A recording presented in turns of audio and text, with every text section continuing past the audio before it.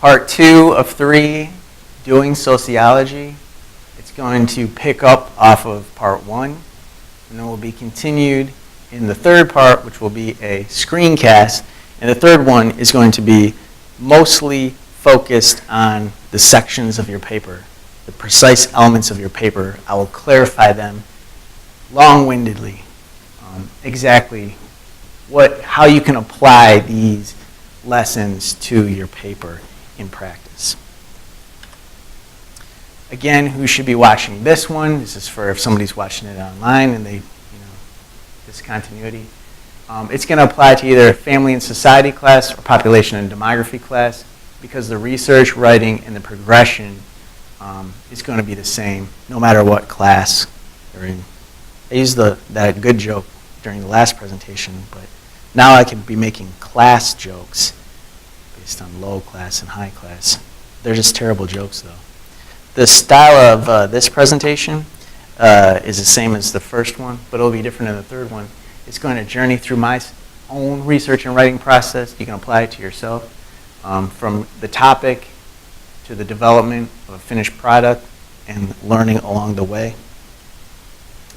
So a call back to the first presentation, continuing, really clarifying what you want to know, what you want to find out. You have to be trying to find something out in your research project. So you can look at all these subjects and these topics, and you can describe them. You can describe parenthood and childbearing. You can describe the compositions of neighborhoods. You can describe a migration process. These people lived here, and then they lived there, and then they lived here. But so what?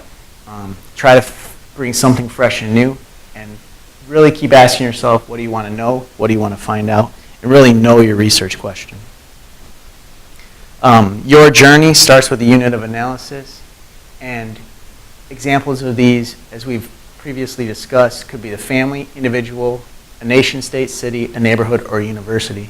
So I'm going to apply my research journey to these units of analysis, and it sticks out here in blue. But what I've done is made a statement, and you turn your unit of analysis into a question or a statement, and that's how you take steps forward. So I've developed one here. I will analyze how several factors influence an individual athlete to migrate internationally. And what I've done here is said what I'm going to do, analyze, what I'm going to do, or what I'm going to analyze, how these factors influence. Influence is almost synonymous with causation or correlation. Who are they going to influence? An individual, meaning my unit of analysis. Athlete, describing my unit of analysis. To do what? To migrate internationally. So this sentence is really important for you to look at as a sample to frame your own sentences off of. And it's not minutia necessarily, it's teaching you how to write scientifically. You can take the elements of this sentence down to the verbs and nouns. So you say, I will analyze. What are you going to analyze? How this happens, how this causes or correlates, causes this person or group to do something. Okay, that's how you form a good scientific sentence, at least early on. Going towards your interest and your lens, remembering that you have to insert your topic. In the previous presentation, it was family violence. You have to ask yourself again, where does your topic come from? Who is involved? Who does it? Who does it affect? What is it? And tie it into your unit of analysis. Understand the unit and understand how the unit fits into a bigger social structure. So I'm like visualizing in my mind a network, right, with units, nodes, and then the ties between those. And the ties don't have to be social relationships. The ties can be economic relationships, political relationships, military or power relationships, be it hierarchical or otherwise. And so you have to figure out how your unit, your node, whether it's a country, an individual, or a family, fits into the broader social structure. So I've put this as an example of how to convey that. Individual athletes, my unit, often migrate internationally. What does the unit do?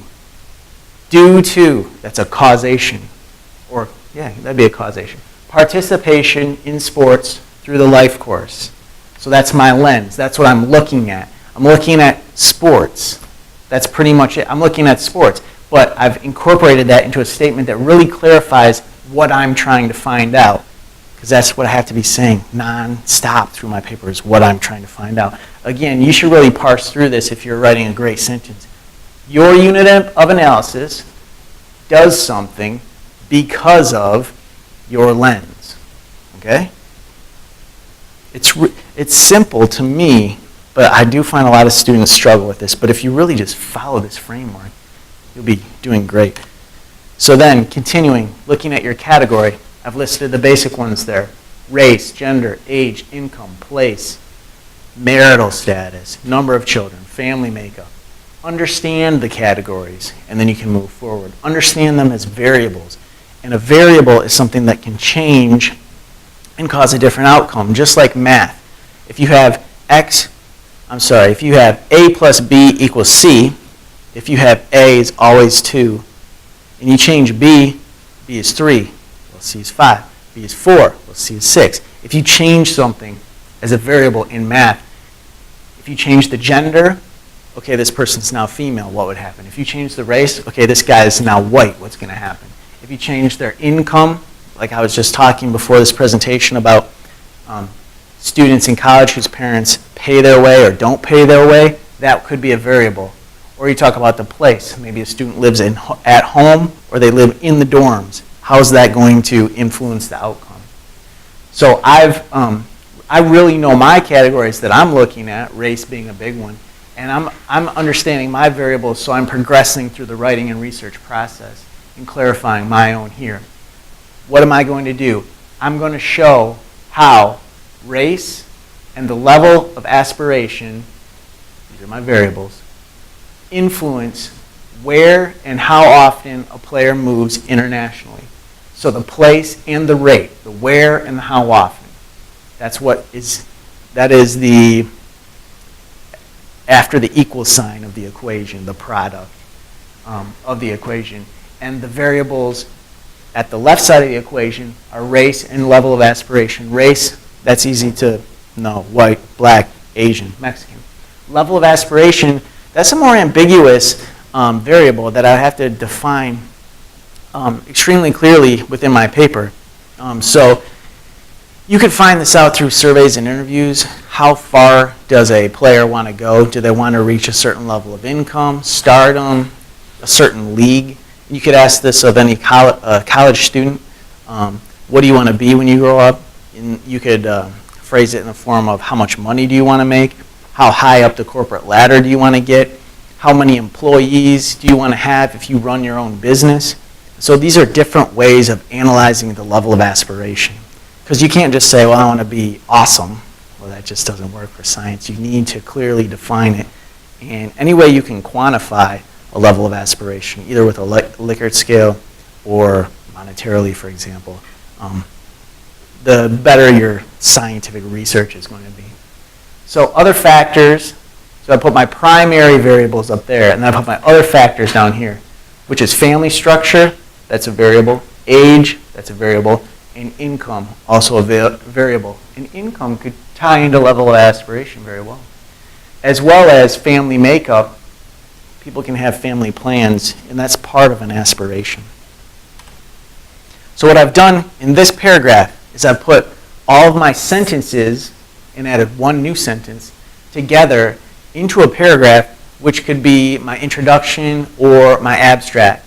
And all of these come out of that thought process that I've been going through for the past 70, 80 minutes, is that I'm clarifying in my mind what I want to find out, why that's important, what's my unit of analysis, what lens am I looking through, and what categories or variables am I basing this research on. And I just put it all into one paragraph, and it comes out really clear. I'm going to analyze several factors and how they influence individual athletes, not teams, to migrate internationally, not within America. Individual athletes often migrate internationally due to, this is the causation, participation in sports throughout the life course. So I've clarified that. I will show how race and level of aspiration, my variables, influence where and how often, place and frequency, a player moves internationally, defining the move. Other factors will include family structure, age, and income, and I'll examine those. And then I add this extra sentence on the end to show why it's important. And you can say it as clearly as possible. This is important to study because the United States is transitioning to a post-industrial society. There are new opportunities for American youth existing in sports that can increase life chances for upward mobility. And I think that's important because I don't think currently there are really enough life chances for upward mobility within a city like Flint that is coming off an economy based on industry. So you have previously, if you know Flint and Saginaw, obviously in Michigan and Detroit, an economy based on factories. So there's one predominant way that you can get upward mobility in Flint, Saginaw, and Detroit, and that's to get a job in the factory and then move up through management and eventually start making more money.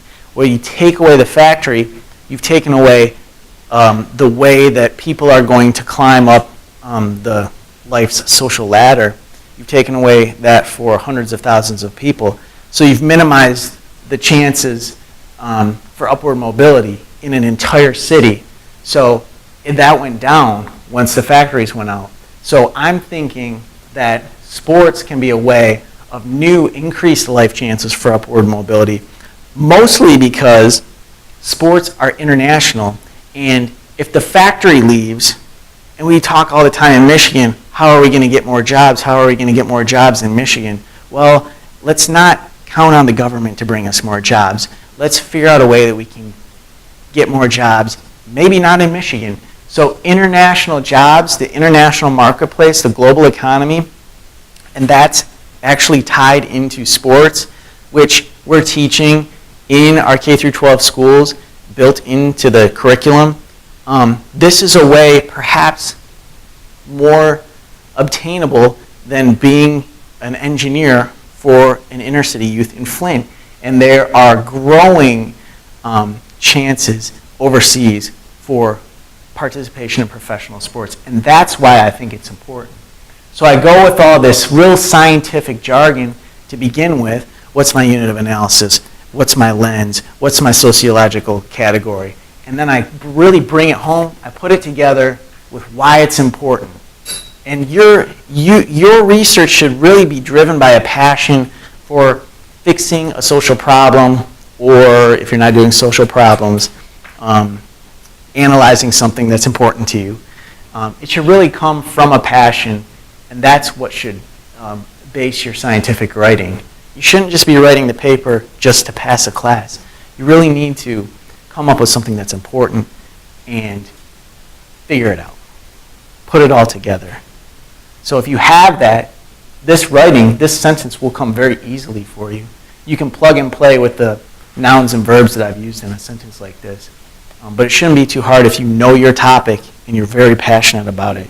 You put it together, scientific research with what's important to you, and this is what comes out. So going to our class semester journey, you do all that as we did in what was our abstract practicum. And then you have to ask yourself, what have others concluded? So you go back to the framework for the course. What have others concluded about? And then you pick out your element. If you're doing low fertility rates or migration processes, if you're doing parenthood styles or relationship quality, and then you just ask yourself generally, and you find out what others have concluded. So remember where I'm at in this slide. I'm not asking myself, how have other people talked about my subject? How have other people found the answer to my question previously? I'm not asking that. I'm asking, what have others concluded generally about the basic framework for my research, and pulling these bullet points from the syllabus. You, of course, cite prior research. And this is what we did in our midterm. And it's very important not just to find what others have concluded, but be very critical on if they did a good job or not. You analyze their methods, their sample size, and their results. So where do you get prior research? If you're in the population and demography class, you have these real bases to go off of. You can look in these journals. They're very good ones to look in. Journal of Population Research, Population and Environment, Population Review, Demography, and the American Journal of Sociology. These are the journals that you might want to look at first, and you should have access to them through the library. Finding random web pages or New York Times or USA Today articles or information from a foundation or something like that, not as valuable in academia. Since we're in academia, we cite academics and scholarly journals. So this is where you should go for your information. For this class, you'll also need data, which we found in our midterm, which you can get from sources like the census or general social surveys and stuff like that. But you don't want to have all just data. You don't want to have all just journals. You can have a good blend. Depends on what your subject matter. For population and demography, probably going to have about 2/3 journals and 1/3 data. It could be 50-50, but you don't want to have more data than journals. And of course, the standard is 6 sources for this class. In a family class, you're going to have less statistics, mostly, because you can get a lot of the substance through scholarly journals. I would expect in my family class for all 6 sources to be scholarly journals. And for a family class, the journals would be Journal of Marriage and Family, Social Problems, Journal of Health and Social Behavior, American Sociological Review, Work and Occupations, and Work, Employment, and Society. Now, this is important to view these slides as working together and not separate, because a lot of the material in population class and family class is going to overlap. Because here I have a slide saying, if you're studying family and society, you should look at these journals. But you look at these journals and you see work and occupation. Well, that doesn't have family in the title, so it's not just about family. Obviously, if you were talking about work and family issues, you would look in a journal like this. But if you're also doing a topic like international migration patterns of athletes, professional athletes, sports is their job, so that is their occupation. So I would tie that into mine, which is actually about international migration. So this journal could also be used very easily within a population and demography paper. So there's a lot of crossover, and obviously American Sociological Review covers everything. But then you have health and social behavior could definitely be used for population. Social problems, that applies to population and demography. And depending on your subject matter, you could use the family journal or not. So there's a lot of crossover. So these are a good set of journals for a variety of topics. So what did the prior literature tell you? And this is why scholarly academic journal articles are so important, even for population and demography class, where you think, oh, I'm just going to use statistics. I don't know why the professor wants me to use any prior literature. Well, the reason that you need to use prior literature is because researchers have previously looked at statistics and come up with conclusions from them. And you need to see how they're doing that, as well as if their methods are valid or not. So you can't just look at numbers all day. You have to look at how people are using or misusing numbers. So you have to look at prior literature, and you have to ask yourself, well, what's it telling me? What have the authors concluded from this data? And if you're going to use my sample, I'm looking at my topic of networks, occupation, migration. My unit of analysis is neighborhoods and family. So you can plug and play yours there.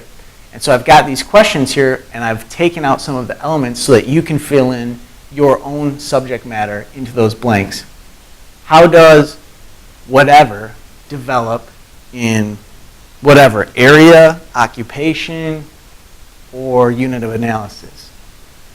How does your subject, your outcome, form through a certain influence, a cause? So it could be a causation through the development or the formation, or a correlation. So obviously you're not going to have sports in there, but you just need to think to yourself, how does starvation occur through colonization in Africa? Or how does a name become common through media popularizing it? Whatever you're talking about, you just plug your elements into this framework and you form your research question or questions. For a 10 to 12 page paper, one research question is definitely adequate. I would expect no more than 2 or 3, but what you want to do with your research question, and I'll talk about this more in my third presentation, is you want to use your research question as a single question and then your hypotheses as sort of segments of the question. Find relative material. Again, it does not have to answer your research question. It should just apply to the unit of analysis, categorization, or lens that you're looking through. Again, my variables pinpointed there, my types of networks, and my levels of athleticism. So I don't have to be talking about high school athletes when I'm looking in prior literature. I could be looking at high school worker prep programs, middle colleges, co-ops, internships. Obviously, I could look at big, small, public-private colleges for workplace development. Doesn't necessarily have to be pro sports. I could look at pro and semi-pro other occupations. Lawyering comes to mind, and doctors or medical professions. You have the full-out doctors, and then you have the doctors in residency, or you have the doctors in training. You have the nurses doing preceptors, and then you have the fully practicing nurses. You have home health aides. You have registered nurses. You have LPNs. So I could go a number of different ways outside of the realm of sports if I was looking for relative material within prior literature, forming my research question. Looking back, reminding myself at all times, what's my unit of analysis? What's my lens? What's my category? What are the effects on offspring? How does sports influence place? And what's changing? I'm putting these together at all times. What is already known within the literature? Looking at family, what are the effects on offspring of participation in sports, of parental participation in general, of parental encouragement, what have you. Sports, how does it influence choice of place? What are some other things that influence choice of place? I could look at those. And race, what's changing? I'm looking at how race is changing in American sports, but I could also look at how race is changing in other things, politics, medical profession, whatever. So I'm trying to fill the gaps. I'm finding stuff that's already been discovered or researched, and then I'm trying to fill the gaps. And sports is not really thoroughly researched in prior literature as much as something like industry, business, or the medical field. So that's how I'm trying to fill the gaps. I'm looking at what is already known, and I'm trying to create new knowledge. Again, my title, which is very clear, and it's helpful to look at the elements of it again.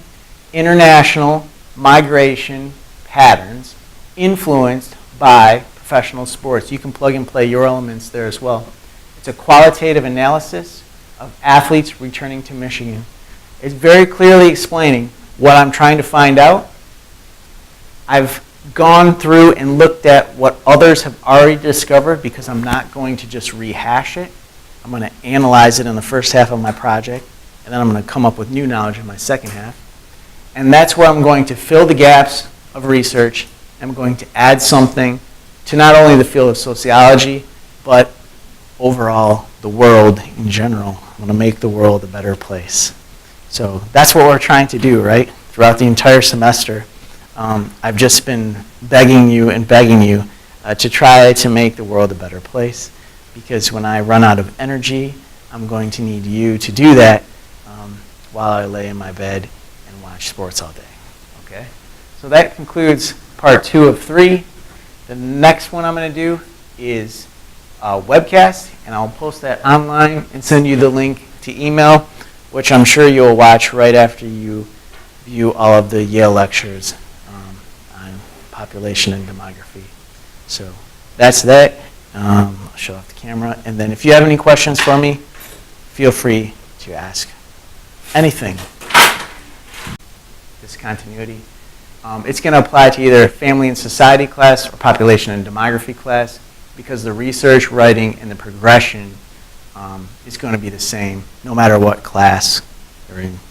I used that good joke during the last presentation, but now I could be making class jokes based on low class and high class. They're just terrible jokes, though. The style of this presentation is the same as the first one, but it'll be different in the third one. It's going to journey through my own research and writing process. You can apply it to yourself, from the topic to the development to yourself. What do you want to know? What do you want to find out? And really know your research question. Your journey starts with a unit of analysis, and examples of these, as we've previously discussed, could be the family, individual, a nation, state, city, a neighborhood, or a university. So I'm going to apply my research journey to these units of analysis, and it sticks out here in blue. But what I've done is made a statement, and you turn your unit of analysis into a question or a statement, and that's how you take steps forward. So I've developed one here.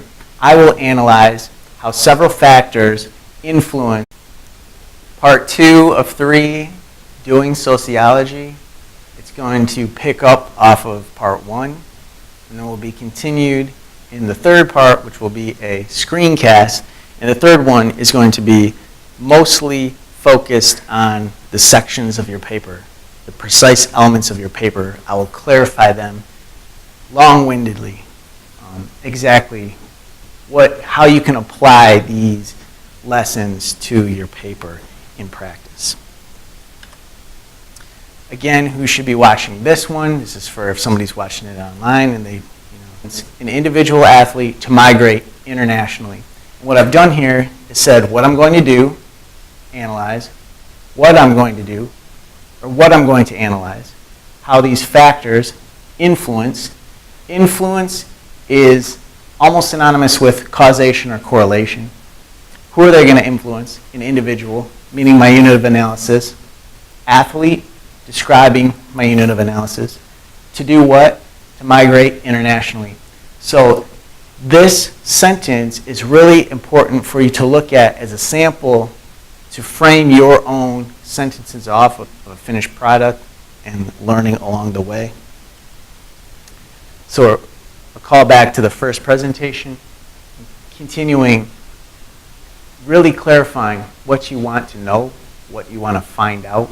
You have to be trying to find something out in your research project. So you can look at all these subjects and these topics, and you can describe them. You can describe parenthood and childbearing. You can describe the compositions of neighborhoods. You can describe a migration process. These people lived here, and then they lived there, and then they lived here. But so what? Try to bring something fresh and new, and really keep asking